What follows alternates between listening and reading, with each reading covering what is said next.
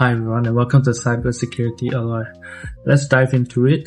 You want to set up a cybersecurity lab so that you can do your testing, your practices, to get in some of your Wireshark investigations, which is handy because most of your interviews tend to always submit a PCAP, which is a network traffic output for you to investigate, and you need a place for you to do the investigation without having to run it on your host machine.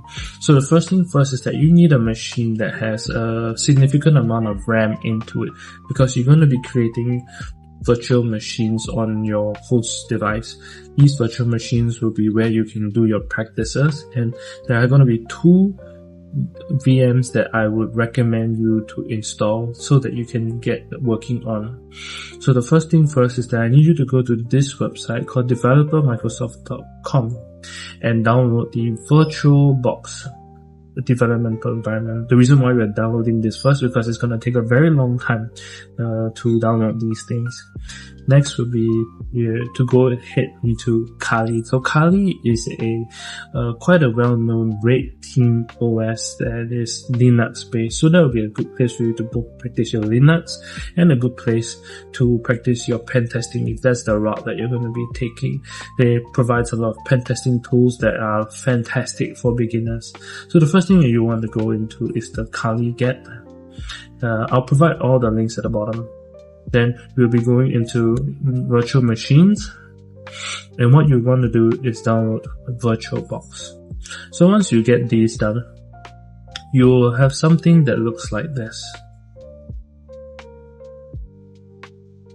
You'll have these files inside your computer. So the other thing that you're going to need to install as well is your VirtualBox. The good thing about this is that most of all the settings or the minimum requirements are set for you, but for your host device, I do recommend you to have at least a 8 gig RAM minimum. So what I want you to do is first to install your VirtualBox, then after that to import these two files, your Windows Development OS, which gives you a Windows 11 machine. The other one will be your Kali Linux. So just go inside. So because they are specifically made to import into VirtualBox, you shouldn't have any issues with it. So the next thing that you want to do is when you onboard it, you will get something like this, where basically it's an interface to show you your developmental tools. There are certain configurations that you need to start to do. So the first thing first is that let's get into Kali. So for Kali, let's do some setup so that things will be easier. So the first thing you're going to have to do is to update your machine. Right, so first thing first, I already did it right here, but you're supposed to type sudo apt update. This allows you to pull in all the latest tools that are going to be needed for you when you're using Kali. The next thing, if you really want to, is the app list upgradable. Basically, if the tools in Kali Linux, which are basically most of the time used for red teaming, if there's an upgradable version, they'll help you replace it as well. So the important part about this part is that when you first receive this, it might look a bit strange. The screen might be a little small. So there are some ways to go about it, but one of the easiest ways that you can go about it is to just go to this one and this area here, and this icon, do a right click and scale towards your host machine so that it looks more comfortable with what I have.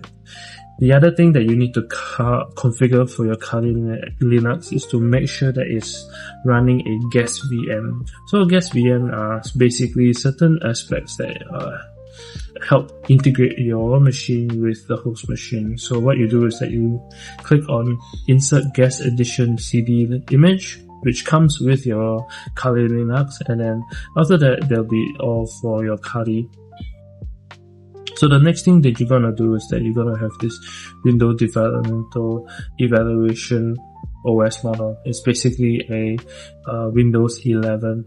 So there are some tools that I do recommend that you install onto your Windows OS. So one of this is your Wireshark. So first thing first is to download your Wireshark inside.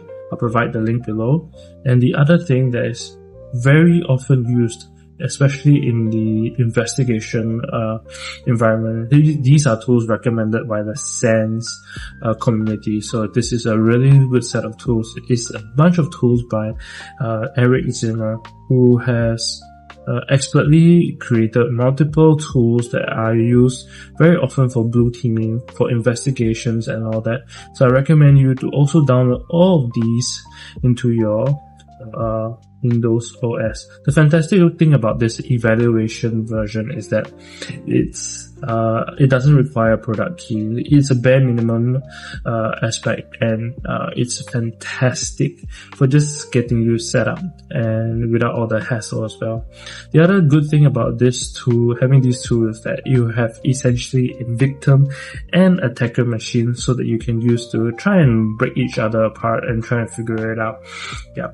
So now with all this up, you have now a environment for you to play around with all the different investigations and to go use it for things that will help you practice your cybersecurity. So in future videos, I'll definitely provide how you can fully utilize and how you can configure more of these OSs that you have to work more on your cybersecurity practices as well. So I hope this is really educational for you and to get you set up, to get you with the base foundation needed so that you can pursue more practices in this field. And so until the next video, do like and subscribe, and do comment if you have any other ideas as well. I know there's some ideas for cybersecurity beginning tutorials, and I'm trying to work on that as well. And down the line, I'm also going to give you an insight on how cybersecurity industry is like, especially the different roles there is, and to walk you through which you feel is more towards your liking. Yep. So yeah, drop all the comments and I'll be reading them, and till the next time, bye.